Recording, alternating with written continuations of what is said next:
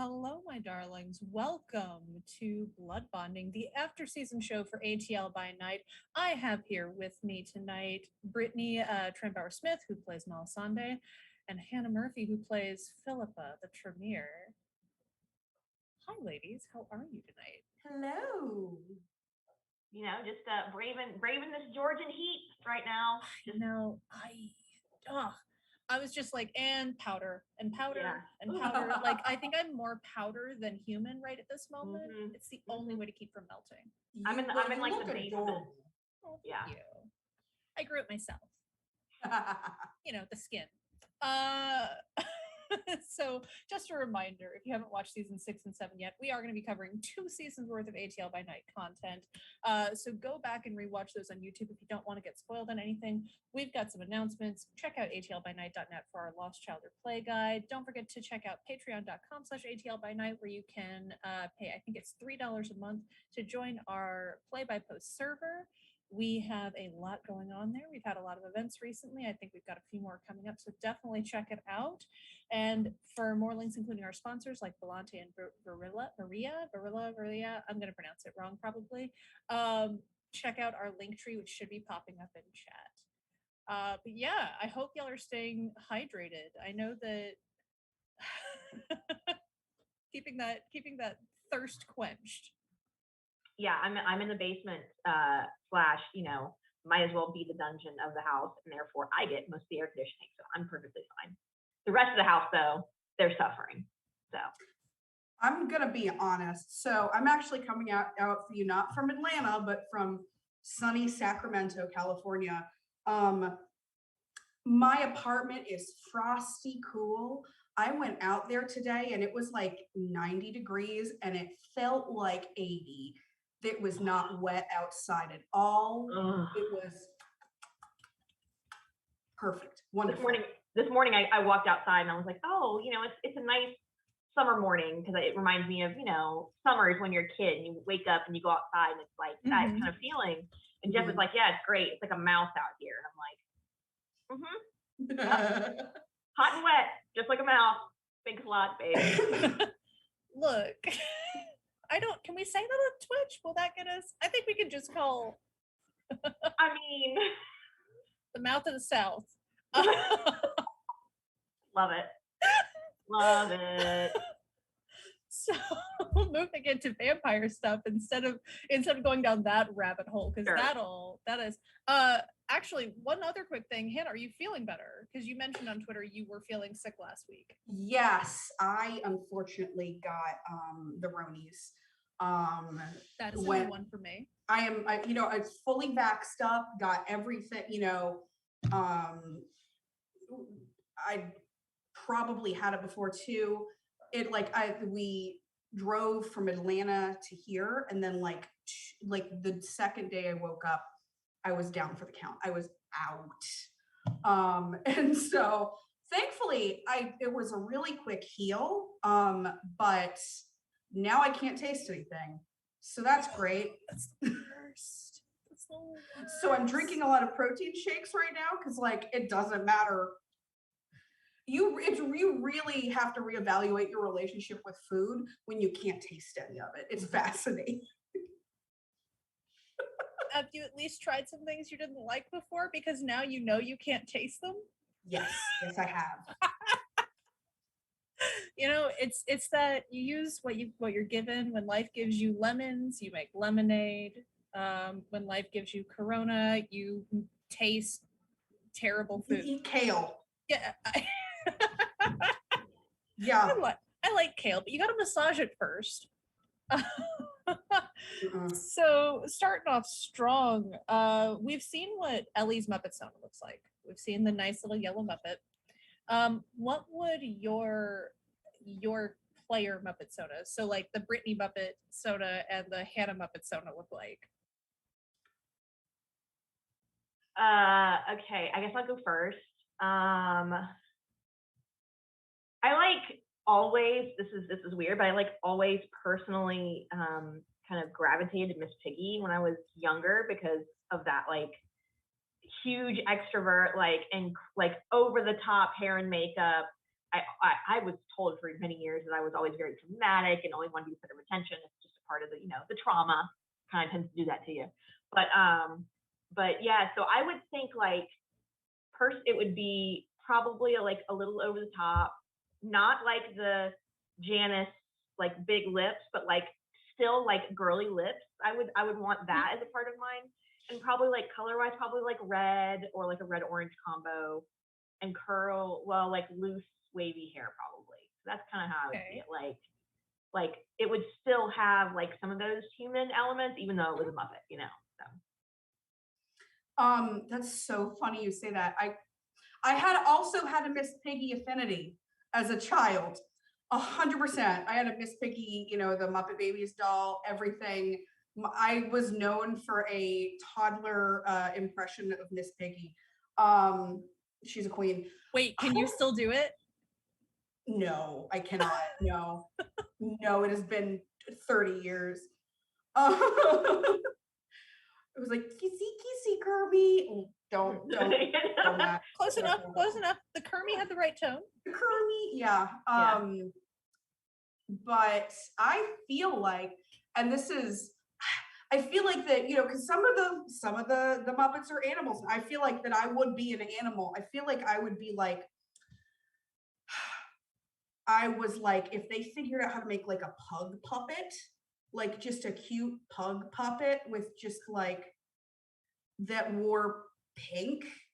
I feel like a cute pug puppet that wears pink. That would be my puppet my Muppet sewn on with obviously with a ponytail. Random tangent. Have you seen Dogs in Space? No, I have not. Okay. I am literally just imagining the pug character from Dogs in Space made into a puppet, which is just absolutely what I'm visualizing. I have to Google this now. While you're Googling that, Brittany, this is the first time we've gotten to see Melisende interact with other Bruja outside of Falcon. How does she feel about the way it went? How do you feel as a player about how it went? So I don't know if I'm allowed to say this meta or out of context, but like you can say whatever you want. Okay, all right. So I knew a little bit about what was going to happen before it happened, right? And given Melisende's like just absolute like upsettedness, that's not the word I'm looking for, but it's the best one I can come up with right now, at the way things happened before she fled, and how kind of disengaged that she was, and how she just basically kind of wanted to burn everything down. Mm-hmm. I would have seen her truly, I mean, it could have gone one of two ways. If they had been less, if they had been more ethical, and if they had tried a little harder to like keep their shit together and be a little bit more diplomatic, I really think that as a player, it would have been very hard for me to pull Mel back from trying to join and leaving the Camarilla like entirely, like, because as a player, I was after she, kind of detached herself and ran and was trying to hide, and losing Mark was a huge blow to her, and how she didn't like the way that the Nashri Camarilla was written, and feeling as though there was just all of these opportunities for injustice, and people weren't, the rest of the kindred were being treated fairly.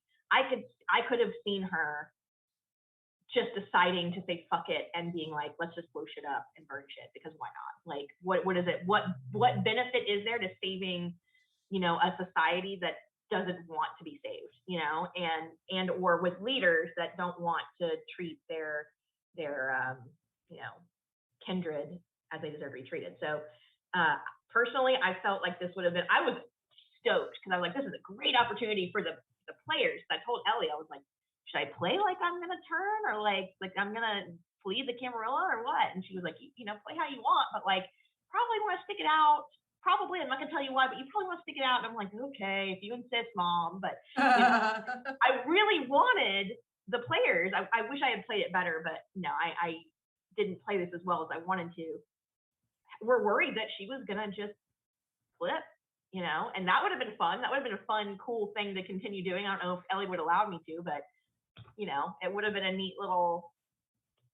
I would not doubt that Ellie would have absolutely let you do it, and might have let you do it without telling anyone too. Because I know I've played D&D with her. I know how that is. Which brings us to sort of a good question for both of you. The Anarchs, obviously, you sort of hinted at how the Anarchs acted. Due to their actions in the finale, do you still want a ceasefire agreement? And I don't know if Pippa/Philippa is aware of that. I don't think she would be. I think honestly, even if like someone tried to talk to her about politics, she'd be like, la la la la la. Hi, I'm on social media break. Don't talk to me about politics. Goodbye. I'm on social media break. I'm taking a break from ShrekNet. Taking a break. I'm doing a detox. A digital detox for Kindred. I'm doing a sect detox. I don't want to hear any of it. That's a word for it. I think so. I don't know, right? Because I don't know. I really don't know. I mean, when you guys know, when a Bruja switch gets flipped, it really is. It doesn't matter what's around. It's all going to burn to the ground. Like, and I think luckily for Mel is that she, kind of has been pulled back from that precipice a couple times by the team.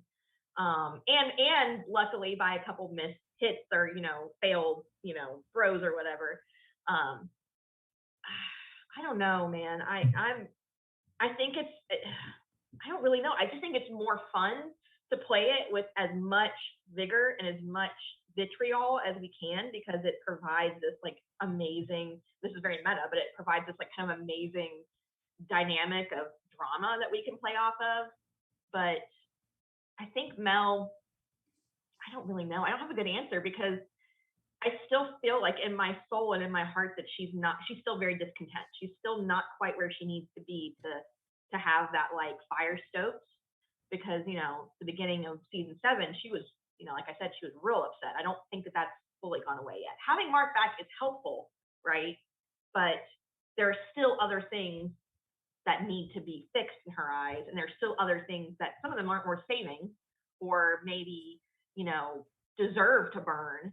So, I don't know. I don't really know. I don't have a good answer, man. I don't have a good answer. I mean, that's actually a very nuanced answer. Like, not even a yes or no, but just like there's so much that needs to happen. Yeah. Speaking of things that maybe don't need to stick around, this season was the first season we saw an on-screen confirmation of the Santa Santa chair that is sitting in the basement of the Lost Childer School, as well as in apparently Imogen Tilly Harris's house. Because of this chair, we saw a big change in Pippa, or rather Philippa. How do you think she'll develop now? It's really fascinating. Me and Ellie had talked about a lot of different possibilities about how she could go. There had been mention of like, I really, when I first started playing, I said, I'm just going to drive it like I stole it. This is a Sabat character who's Tremere. She is living on borrowed time as it is. And, so, there was a thought that she might not survive. Like I always hope, she's like, I hope you live. But there was a thought that she would die, that she would fully be completely wiped. And then there was also the idea of the naughty chair. And then the other idea of she's just going to keep struggling with this, with the kind of the whole, and I've talked about this before, kind of like you're leaving a really toxic religious situation, you're leaving cult, that kind of thing. Mm-hmm.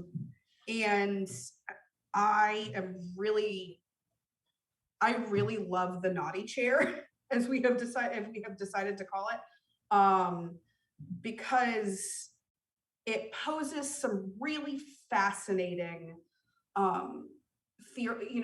questions about choice and what brainwashing is, and is this is this deprogramming or just another kind of brainwashing?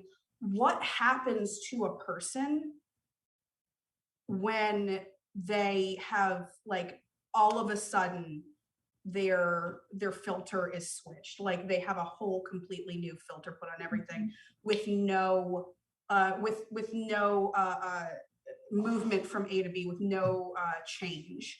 Like, what does that do? And that's like kind of I want to play with this on the Play by Post server too. And if she comes up back again, also I'd love to kind of look into that. But basically, she's dealing with a lot of trauma and a lot of weird feelings. And I think for at least a short term, she's gonna be, I think, taking up Proctor on that offer, staying in that library, doing all the learning, because I think she is kind of her life and her unlife has kind of been going from one thing to another, like one form of, just not religion, but one thing to another, from Catholicism to academia to the Sabbat, and now her new thing that she's going to go into is just actual, clan Tremere proper, that kind of what the remnants of the pyramid are. And is that healthy? No. She's kind of, what she has right now is kind of beginnings of, it's another part in this kind of destructive cycle. But maybe this is going to help this time. Who knows? I don't even know if that answered your question. I'm sorry. No, you're good. It sort of touched on a lot, and on a lot of how she could grow and how she might grow. You mentioned getting into the chantry. What's the first thing she's going to do in the chantry? She's going to read for days and days and days. Days. And I know there's another little dude in there. She's just gonna be like, don't talk to me. I want to read these books. Well, and Hannah, you know what it kind of feels like to me? Like, to some degree, and this is not knocking on monogamy, because I'm monogamous now, but it's very much like serial monogamy, right? Like, specifically people who use serial monogamy. That's a great way to describe it. Right? As people who use serial monogamy as multiple opportunities to, usually it's like narcissists who are serially monogamous a lot of times. And how each of those new opportunities is just a new abuse opportunity. And kind of similarly to you, you're kind of like a serial cultist, in that you just jump from one to the next. And as somebody who worked in academia for a while, people who are in it, y'all. Oh yeah. If you're in it right now and you're doing it, I love you. I appreciate it. Like, you are needed. We need you there. But like, some people drink the Kool-Aid, right? And it could be just as, now granted, it's not like deprogramming, right? It's not or like fully brainwashing or anything like that. But each of those things have their own little, kind of culty things, And so you just jumping from, and look, the chantry, I mean, bless it, like you're basically getting in with, another little cult, So after the chantry, it's what, nutrigenics or something? God, stop it. No. What's the name of that MLM? What's the one where it's like a sex cult? You know the one I'm talking about. Oh, Nexium. Totally Nexium. That's the next one. No, that's the ministry. The pyramid. No, the pyramid is the one that sells the essential oils. Yeah. Oh yeah, there you go. Young Living. Yeah, they're Young Living.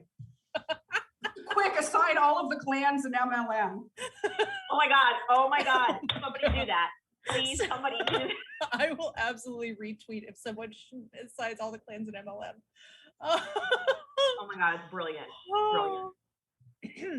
A lot of stuff has happened between season 6 and 7. Y'all have encountered Fomori, followed a serial killer, witnessed a changeling court, gone head-to-head with anarchs, and continued picking up Lost Childer.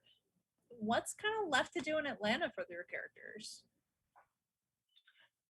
Well, I mean, gosh, Mel is on a mission, right? Like, until things are right, she won't be done. And I mean, like, things are never going to be right, because that's the whole point of the game, right? It's kind of the whole point of society, right? Is to, I mean, if it's being done right, is to always be improving, right? To always be working towards the better, and to always see the places where it's failing that can be better. And I don't know, man. I don't see Mel stopping until she feels as though like every living thing with morality that, or living, unliving, or otherwise in the Atlanta city is somehow, you know, established in some written form that it has rights, you know, like I don't know that she will be done, or until it's being, what's the word that I'm looking for? Adjudicated like it should. When there are these crimes that are happening against various entities, and as long as that's being brought to the proper authorities and dealt with like it should, I don't think she's gonna stop. I think I see a couple opportunities here for like righteousness, which is kind of her thing, or it could be that she just gets fucking fed up, you know, and says, I just don't see that happening, but there is always the opportunity that she could just, you know, say fuck it and go with her, you know, her home, or the Bruja home, you know, group and go with the Anarchs. But I don't know. What about you, Hannah? I just would like to say something just to your point. I would love to see, and I feel like it's somewhere in her future, I would love to see, or just, you know that it would happen, Mel as Prince at some point. I think she has all of those like classic, you don't see Bruja princes all that often, even when they were a part of the Camarilla, but like she has a lot of those hallmarks of someone who doesn't want to lead, which makes her a perfect leader. Yeah. You know, I think she would be a great prince. And also, I know we joke about me being Tremere main, but I'm Bruja, have my heart. So honest for Pippa, I think what isn't there for her to do, I think, you know, she's had a huge weight lifted off her, but in some ways she's had one put back on her. But I think that even with the deprogramming that she's undergone, she has so much opportunity now. I think that, you know, as long as she's safe within the Atlanta, you know, the Atlanta Renasherie Camarilla, I think she has a lot of potential to actually be really successful. I mean, like I said, she's diving headlong into, you know, the remnants of the remnants of the pyramid. But I think she now has a lot of tools at her disposal to do a lot of really cool stuff. So I think she has a lot of potential to make a difference in the Atlanta kindred community. Outside, you know, there was talk about her maybe leaving. She's done a lot of crimes. What kindred hasn't? She killed a regent. She killed a regent, you know, she's killed a lot of her own clan. So it's probably best that she lays low for 100 years. But I think there's a lot, I think barring a blood hunt on her head, or, you know, a wild hunt, she has a lot of potential. You know what I would love to see, Hannah? You're talking about what you want to see in Mel. I would love to see, this is something that I just, in my head, I'm like, oh my God, how fucking cool would this be? How cool would it be if you and Anton, or Pippa and Anton, got like, y'all were like in sync on all your magic bullshit you're doing. You got all your little fucking shit and you're like fully in the witch magic shit. And y'all have to fight a damn warlock. Like, honestly, or a mage.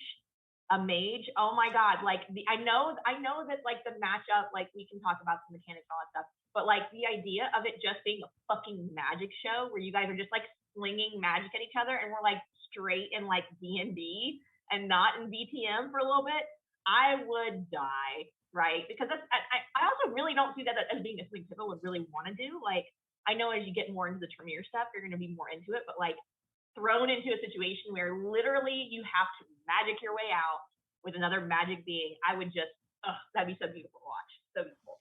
Mechanically, yes, that'd be I super agree. Impressive. But have you ever tried getting two Tremere to get along? You burn Atlanta first. All Tremere, let's do an all Tremere one shot, baby. Come on. Never even leave the chantry. I love them. Arguing before they even leave. Yes, that sounds right. So this was a question from the Discord server, link in the link tree.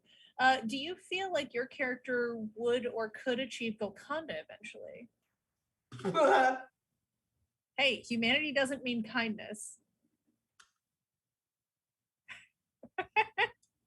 You'll have to educate me because I'm still fairly new to all of the mechanics. Okay, so in lore, Golconda is basically almost a like conspiracy belief in a lot of kindred circles, but it's essentially this belief that if you raise your humanity sufficiently, you'll become human again, in the lore. And so there's an entire lore sheet for it that affects, like, you can go out in the sun, you can eat food. Okay, so this is on the assumption that exists and can work. Yeah. You're asking if we think that we could achieve it. Yes. What do you think, Hannah? I'm gonna let you go first on that one. Do I think Pippa could achieve it? I do not think so. I don't think that's something that she is capable of, and I don't think that's something she would want. I think there are definitely other multiple kindred on the show that could, and I don't think that's even something that she would entertain as a thought in any capacity. I feel very confident that Mel could do it. I don't think that she would. And I think that because, if you think back to the number of,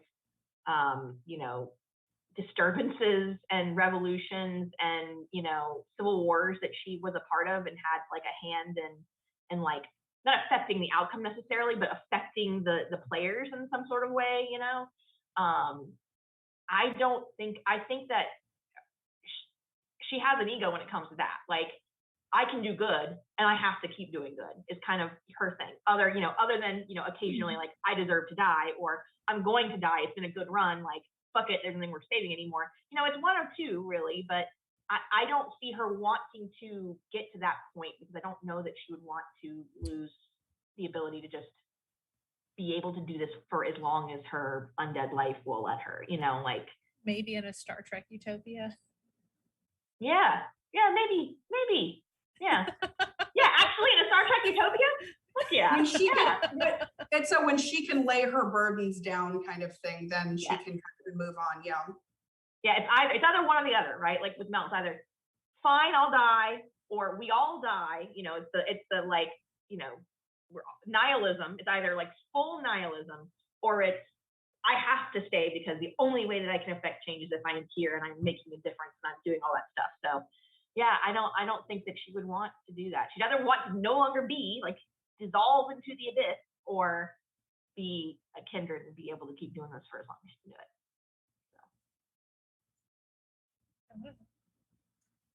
So Brittany, we didn't get to meet Mark, Melisende at school for a very long time as an audience. I think it was season 5 when we actually first saw him at the table.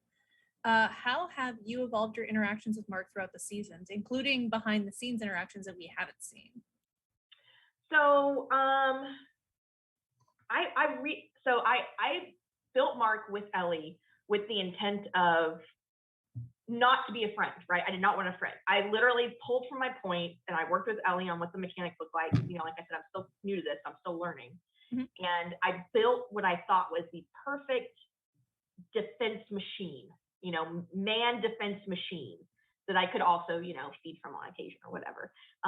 And I went out of my way to like think of like a backstory of somebody who wouldn't care that they're working for the undead, right? Like somebody who would be so over it, and building a character of somebody who had been misused by kind enough that they would potentially trust kindred over kind, and built that. And I initially built him as a mechanism, as a machine, as literally just a shield. Like that is what I built him as. Now, granted, the picture I used of him, me and Ellie were like, Mel is completely asexual, but like me and Ellie were like, oh yeah, oh this Mel is may be be asexual, but her player's not. no, yeah. No, he was. I made him to be like, you know, hot, which isn't necessarily it wouldn't be unrealistic considering he is a former Marine, former CIA. He'd have to be fit, you know, he'd be older, which are all things that I personally find attractive. But all of that to say, it started off as simply, I mean, I hate to say it, but using him as a tool, right? And Ellie played him with so much like humanity that I don't think I was expecting, which I really appreciated because Mel needed a friend, right? Like I know she has the coterie, but it's very different when it's somebody who is there for you. And Mel hadn't had that literally her entire living life. She never had anybody that was there for her, except for the person who turned her, right? Except for the kindred who turned her. That was the one person who in her whole living life was ever there for her, right? And outside of that now, Jean-Pierre is the only other person who has been there for her. And Jean-Pierre's kindred. And Jean-Pierre's kindred. So outside of that, everybody else has just been there for themselves. You know, occasionally she has friends here and there. Her and Thomasina have crossed paths throughout the, decades. But having him there for Mel, I think it affected her level of ability to empathize to some degree. I mean, she's already pretty empathetic, but I think he made her more empathetic. I think he made her a little bit more feral because he took, well, I mean, you take him away and she. No, I like that answer. I'm just. Where's my emotional support guy? Yeah. Yeah. Where's my emotional support bodyguard? yeah. / food bucket, like God bless. But like, so like, it has evolved in such a way that now Mel like feels as though he is another like a limb, Ellie has played him so well and made him so loyal and yet, realistic. He's loyal, but he's partially loyal because of some of the magic going on. He's also loyal because I think that he has learned that Mel is somebody worthy of being loyal to. And as soon as Mel felt that, she was like, well, fuck this. If you're going to be loyal to me, then I will literally put myself in front of anything for you, even though you were doing that for me, Yeah. And he was away from Mel long enough for the blood bond to have worn off, if I remember correctly. Yes, he was. And it was surprising to me. Of course, I'm like, Ellie is like the leader of this family. I'm gonna let her do whatever she wants because that's her gig, obviously. And she just, it made me tear up personally as a player because I'm like, this character now is fully a part of Mel's like undead life for as long as he is on the planet. And I mean, I can't say I wouldn't want to turn him, but like if the roster ever opened up and hiring was available, I don't know. Yeah, he'd actually be a great Bruja. Good Bruja. He would. He'd be perfect. He'd be a great Bruja. But yeah, it evolved behind the scenes in that their relationship was much less employment based and much more based on emotion and support. And I mean, still he does his job very well. And luckily he's not doing his job just for her, he's doing it for the whole coterie. And that's been really, I think, effective for everybody. But long story short, he's basically made her more human, even if he can't actually physically do that. He's just been this I mean, he really is. He's an emotional support person, and it's like, I don't know. I would not want to go for it. If he were to die, he's not a touchstone, but I wonder if he should be now that I'm thinking about it. Mechanically, ghouls can't be touchstones. That's right. Yeah. I asked her that. But that's yes. Right. But yes, I understand the direction. Yes, if he died, it would be, if he like died, it would be bad for Mel. Like it would definitely be a straw to break to, the nihilism would go into overdrive. So if Mark dies, we riot. Yeah. That's the Bruja way. Although, I mean, it would be great TV. I'm just saying. Oh, like, absolutely iconic. It would, opinion, if a Camarilla kindred killed Mark, I think Melisende would go so anarch that she would never come back. Oh yeah, no, it'd be over. No. It'd be over. Speaking of sects SECTS. Speaking of sects, I'm trying so hard to pronounce the T. What is the thing Philippa's gonna miss the most about being in the Sabbat? I guess technically nothing. But they do have good parties. Their parties are like sick as hell. I mean, the only thing that Vasantas and a chair deprograms is the sect dedication, essentially. It doesn't take out the memories. No, yeah, absolutely. This is gonna be really sad. So go for it. That's what we're here for. I think for the shallow answer, like their parties are sick as hell. For the like the real like deep in the meat answer, I think she misses loving her sire with the kind of having that true love of her sire. She had her sire was the only person who the only like care figure, call him a father figure, the only kind of person like that in her life that had ever like actually cared about her genuinely. Like she had a shitty, parents. She had a shitty priest. She had a shitty professor. She had a shitty mentor in grad school that stole all of her work. And this Sabbat, this one Sabbat guy who literally just grabbed her off the street, was the only person to show genuine true care about her. So she actually genuinely loved him as a father. And now with the naughty chair deprogramming, a lot of that is tainted, and it's tainted in a really bad way. And so she has essentially lost the one good relationship she's ever had with kind of like a parental figure. And I think that's what she misses the most. Do you think that she might ever go back to the Sabbat? No. Okay. No, you can't. She couldn't. She would be killed immediately. That's just she would be killed. So like she can't. She would not go back to that just because she couldn't. And I don't think she had a desire to anyway. And the only she already was already mostly out the door anyway. She had already lost her faith in Cain. She had already lost her faith in the message, and she was there because it's what she had. So got it. Building sort of on that idea, a lot of stuff's happened in these last 2 seasons. What has been your favorite moment of character growth over these past 2 seasons?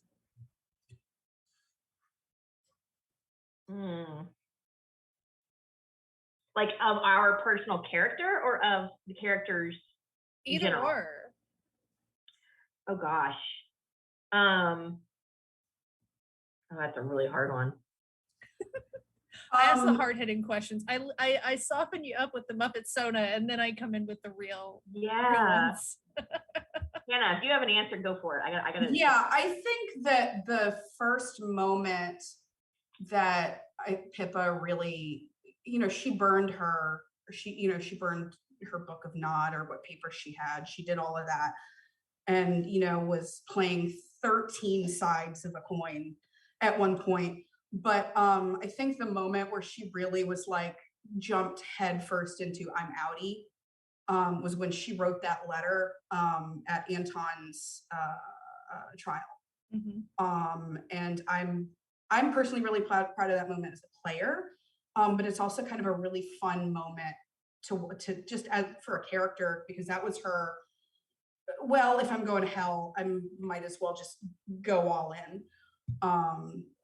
And I think that was a really important part. And it was also really fascinating that she forgot that. So she is still not aware that she wrote that letter for Anton. Mm-hmm. So that's honestly a really fun thing too, that no one else knows that, I think, but the prince. The no shepherds. one in the coterie knows that. No, the shepherds didn't get their minds wiped. But they don't know that she wrote it. Do they? Great question. They might not. I would have to go back and rewatch that episode if it got like read out loud with her name on it. Mm-hmm. But the fact that she did that, even though it's gone from her memory now, she still, that the momentum from the trial kept her forward, and I really think that was a really fun moment of character development. Can I choose an NPC? Sure. Lydia? Okay. Honestly, like, I mean, everybody is great. Like, everybody is growing in amazing directions. But also Jackson. Yeah, Jackson would be a close second to this. But Lydia, honestly, because I just love watching the push and pull and the, like, I don't know. I think that character arc is so complex and interesting. And I think it's added some really surprising conversation and of like morality. Again, you said this in the chat, the deprogramming of cult stuff. There's a morality question to be had there, and I love watching her try to get her bearings, you know, as a not horrendous, like, abusive psychopath, you know, like it's been really fascinating, honestly, to me. Yeah, it's easier when you're a cult leader. I love Lydia. She's great. She's so good. So moving on to sort of a less, well, maybe not less deep.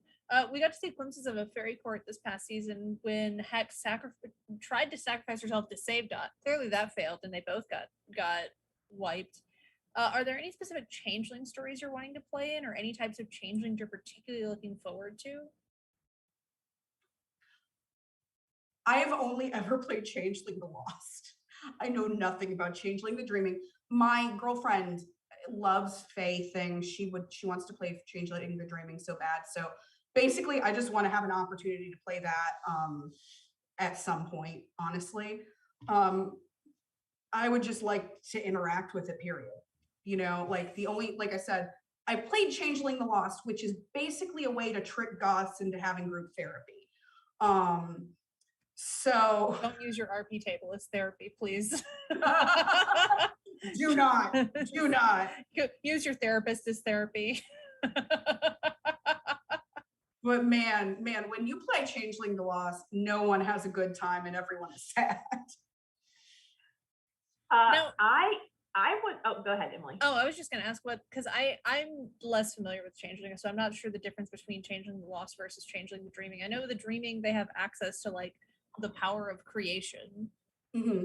The Changeling the Lost was, you know, kind of came out with the Vampire the Requiem and all that kind of stuff, and it's more, the Lost is based on like your character has escaped from, you know, they have been indentured to the Fae, and they have escaped from that. And Changeling the Dreaming, it's weird because it's like the vibe is, you would think would fit more with classic World of Darkness. Because Changeling the Dreaming is kind of like a more bubbly, it's all very Neil Gaiman, you know, dark fantasy. It goes with quad instead of noir. Yeah. But you know, I believe in Changeling the Dreaming, you are Fae, and then in Changeling the Lost, you were indentured to them. Don't quote me on that. Someone is going to tell me I'm wrong. Like I said, never played it before. Fair. And then Brittany, you were gonna, before I interrupted. I would love if Ellie put Mel in a situation where she had to defend a changeling against something that she thought, and there is a spider that is just hanging out, chilling, keeps going up and down my wall right here. So if you see me looking away, I'm keeping a close eye. Would love to, like, very similar like John Adams with the Boston Massacre, you know. Very, like, cool, that's a reference. History fans in chat. So like I would love her to like have to use whatever document is completed that, you know, takes into account the ethics and the rights of all living, undead, otherwise. Oh, I hope it's not under this table. And she has to defend them, against adjudication of some sort, or has to do something in a Waffle House. Like I would love the opportunity to like have Mel have to grapple with the moral implications of defending a truly heinous being, like like a red cap. Yeah. Like having to defend a red cap because the red cap in this moment didn't violate treaties. Yes. Which is such a sense. Yeah, right though, but tell me how gripping. They're just little guys. What are you talking about? They're just fun little dudes. Just out here murdering. It's a Nukes cup. Don't use that as a hat. Did either of you have a favorite horror reference in the Halloween arc? Oh man. There were a lot of them. It was all so good. I am a big fan of body horror. Mm-hmm. I am a huge weird fan of body horror. Not like like Hostel stuff like that, but like weird shit. Like Thomasina ripping her heart out to sit in the box thing. Yes. Like that. Yeah. Yeah, like that kind of stuff. And so like the piecing of folks together was, I mean, that like it's all very Frankenstein. I really love the Frankenstein send-up. We're so good. But it's just also just the body horror of it all was so great. Also, I'm a big fan of Frankenstein because girl power. Because girl power. I mean, because girl power. The real reason that Victor Frankenstein failed is because he didn't get married first. What's her face would have kept him in line. Because girl power. So I really love that kind of send-up. I think that was my favorite. I mean, I could not tell you a favorite because it was just all very, very good. And yeah, I mean, it was just amazing. So amazing. So Anton's trial, tour de force of Camarilla politics, the exceptions the Tower makes in exchange. One, what did you think of Gertie Rossellini's cross-examination of Anton? And despite the fact that Pippa forgot what happened during the trial, did the process of it change your views toward the local Camarilla court? Yeah, that's a Pippa question. Go for it, Pippa. So what I think, me, Hannah, or the character? Either. Well, one, Gertie was incredible. Bird Lady, 100%. She needs to come back. Ellie, please bring back Bird Lady. Also, please voice animals more. We love that. Bird Lady and more animals. I loved it. It was so good. Oh my God. Sorry, I just saw Ellie say in chat, oh, Gertie's definitely coming back, and that's ominous. Yes. I love a Giovanni disappointment. She was really fun, and I think that the only thing better could have been an Atticus Finch parody. But instead we got instead of an Atticus Finch, we got a lady covered in Finch. No, that pun. What's the TV show with the lady lawyer? The old one from the 90s. Murphy Brown? Ally McBeal? There's the one, Ally McBeal. Ah. Ally McBird was her. Ally McBird, yes. Ally McBird. She was great. Loved her. Everything. And she was, oh my God, she was pounding at him. I was like, I did not expect this from Nona, but good for her. As for the proceedings, I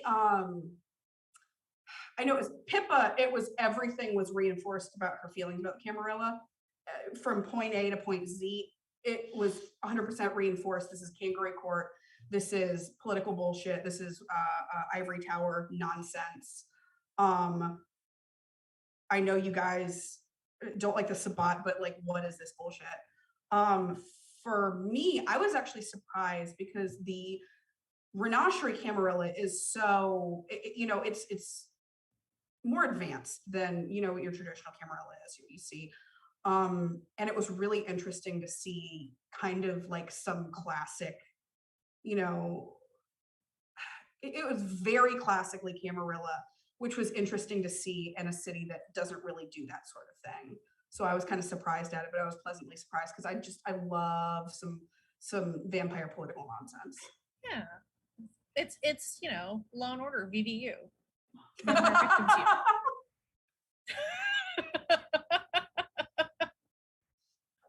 Oh, did you find the spider? Yeah, I'm just like, I'm keeping an eye on areas where he might be. So I'm just keeping an eye. But yeah, the trial. Yeah. Yeah, Mel wasn't there, right? So oh, that's right. Yeah. I forgot that Mel, because she was supposed to be Anton's defense attorney. Yeah. So Mel was not there. So I'll defer to Pippa's analysis of it. Hold on, because I had an alternate question then. What was Melisende's strategy had she gone on to be his defense attorney? Oh man. I don't know if you got to watch the episode at all. I did not, because I had personal stuff happening at the time. But I think that if Mel had been able to defend him, the first thing would have been, I don't know if anybody on our server or anybody here would have seen the Being Anna. And I don't know if you remember how her attorney spoke to her at the very end, where he was like, you know, cut the bullshit. Like, it's just you and me now. And I'm, you know, between you and me, like, you need to give me the straight truth. And I'm literally just going to go out there and I'm going to, you know, defend my heart out on your behalf. But what I need from you is the straight truth. And the straight truth is, you did the damn thing, which, you know, we know one thing or the other. But if the truth is, you know, intent, all this stuff, then I will try to use the law and argue the law. If the facts are on our side, then I'll try to argue the facts, you know. But if it's neither, then I'm just going to pound the table really hard, you know, and yell and scream, and maybe things will catch on fire. I don't know. But it would have been razzle dazzle. Yeah, it would have been a lot of razzle dazzle. No, I think Mel would have. I think Mel would have defended him voraciously. And even if he had told her that, you know, he had done everything against the law, right, and the facts were there to belay that, I think she still would have found loopholes and defended him, you know, tooth and nail. Because despite their occasional issues, because they do have their issues, Mel really leans on Anton's logic and his awareness and like his read of people, and trusts his analysis of the situation whenever it's happening, because she herself sometimes, even with her logic and her ability and her diplomacy abilities, cannot see the forest for the trees, right? Whereas Anton has this amazing analytical ability to see the forest for the trees. And she relies on that to a degree that I believe she, you know, kind of, I think that is almost as close to familial as she will get with somebody who isn't like, you know, just there for her the way that Mark is, you know? And so and I mean, also they're coterie members. So she would have voraciously defended him with whatever was at her disposal. And again, there might have been a little bit of razzle dazzle, depending on got a little bit of time left, so we'll go with a quick one. If your characters could max out a discipline outside of their clan disciplines, which one would it be? Like max out 5 dots. I kind of already have a couple. One, are you counting ones that they already have or ones that they don't have? They can be ones they already have. Okay, so not if she doesn't have it. Okay. I mean, if you want to say which one you don't have that you'd max out. Vicissitude. No. Just really go in for that. You know, Lydia was a mother figure for so long. I have another favorite Tremere character who's obsessed with getting vicissitude. So no, no. I think she would max out Auspex 100%. I think that was her tier 2 one. Oh God, this is really hard. I thought Auspex was a Tremere discipline. Oh, I thought you were like main one, No, outside of your clan disciplines. Oh, outside of your clan disciplines. Oh yeah, she would get her hands on vicissitude and go buck wild. Because what is a Tremere if not someone who just wants to be able to do everything, not necessarily do something with it, just gotta catch them all. Disciplines.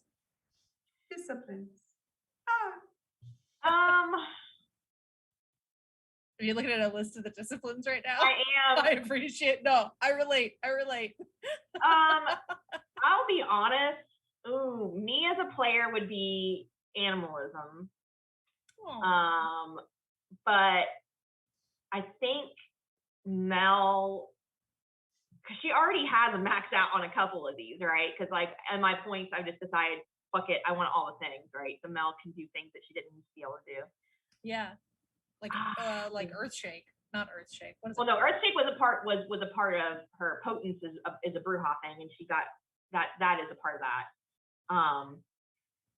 Oh no, I just meant like I think wasn't that an XP buy, not a one at build?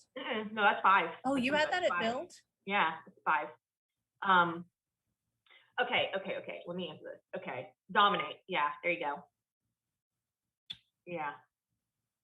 Would that conflict with her convictions? Well, you act like no.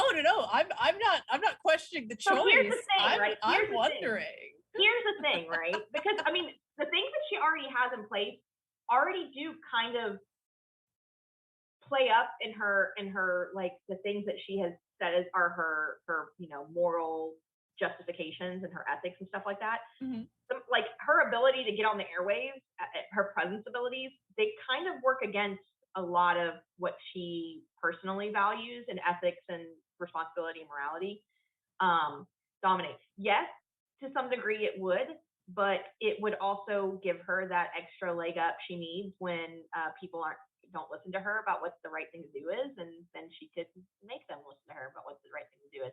I think it would be that feels like a Sabat Bruja move. It would be fun to play it temporarily, but it would not be something I would want to grapple with as a player long term. But I do think that that's fair.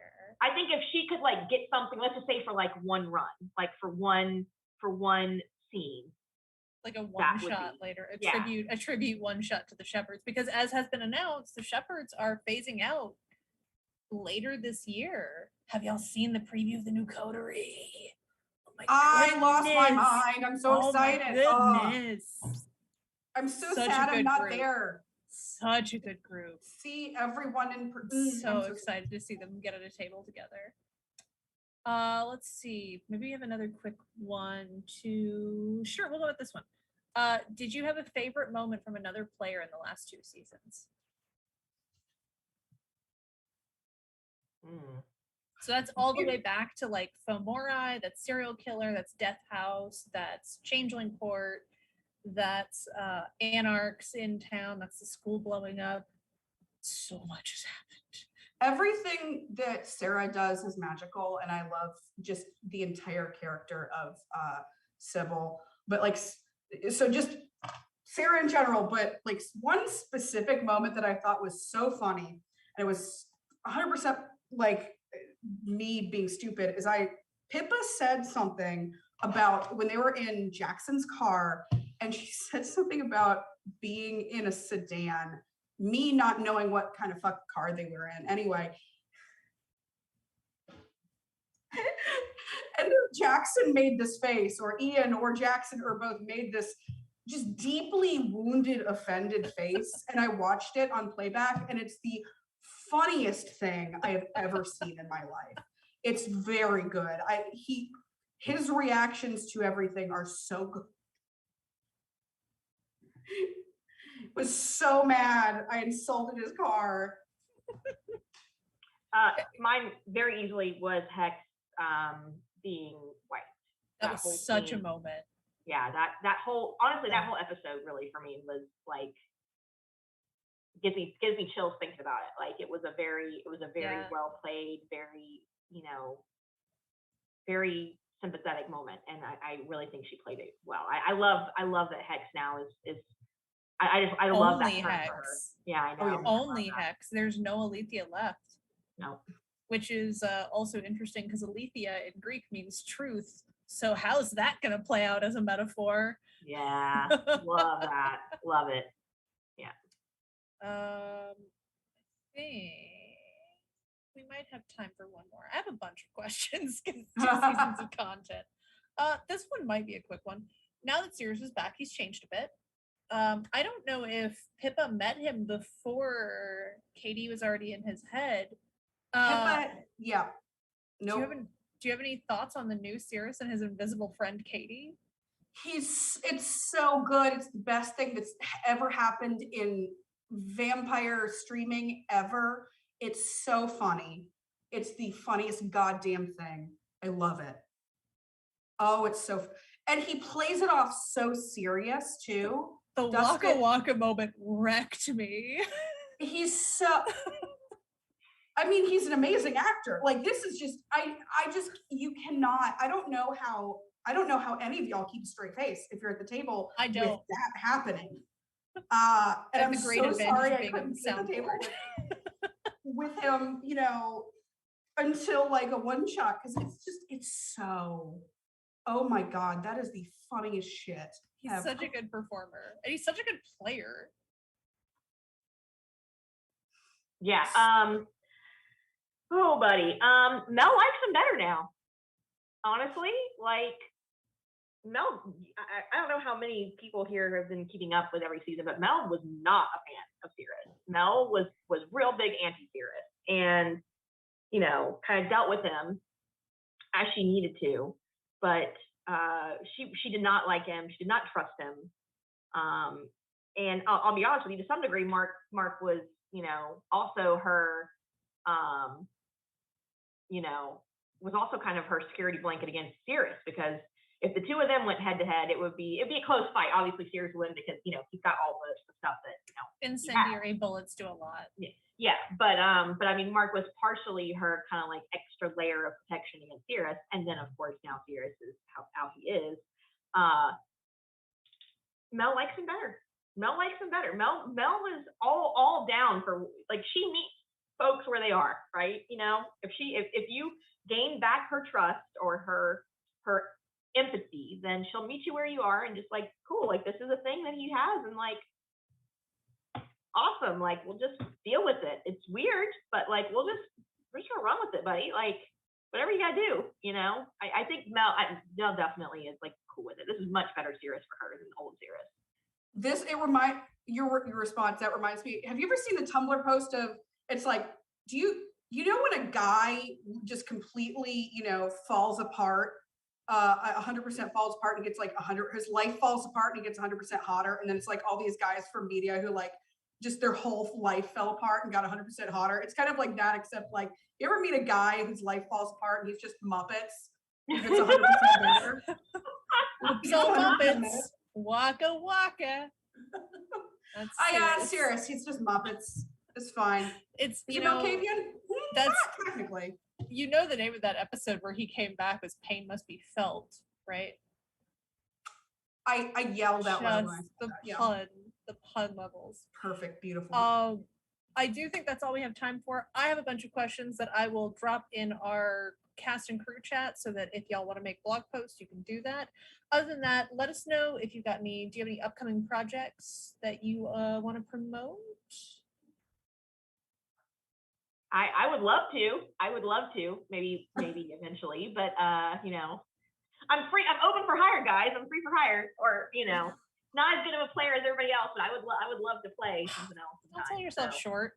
Yeah, I don't have anything else right now. Just kind of living life and all that fun stuff. What about you? I am in a similar boat. We kind of touched on it, but I have since moved to California, unfortunately. So, and I'm away from all my fun Atlanta friends, which is But now you're by the California TTRPG scene. There's a ton of people out in Sacramento. I'm in Sacramento. I'm trying to find people. So if anyone knows anyone in Sacramento, if anyone in Sacramento who wants to play, let me know. Also, if anyone wants to play with me, just in general, I'm up for hire. No, no, I'm actually working on personal writing right now, so hopefully some fun stuff will come of that. But I got nothing. All right. Well, thank you both so much for joining me. Don't forget to check out the atlbynight.net Lost Childhood Play Guide. Check out patreon.com/atlbynight. Link should be popping up in chat. You can join us on our play-by-post server. Get to play a vampire of your own in Atlanta. And for more links like those to our sponsors, Volante, Varius, Die Hard, no. Are we with Die Hard? I think we have a Die Hard link. Die Hard. I might be wrong. Check out our link tree posted in chat. It'll have all the correct information that I probably got wrong. And thank you everyone for joining us. I hope you have a lovely night. Stay safe out there. Drink your water because it is hot as heck.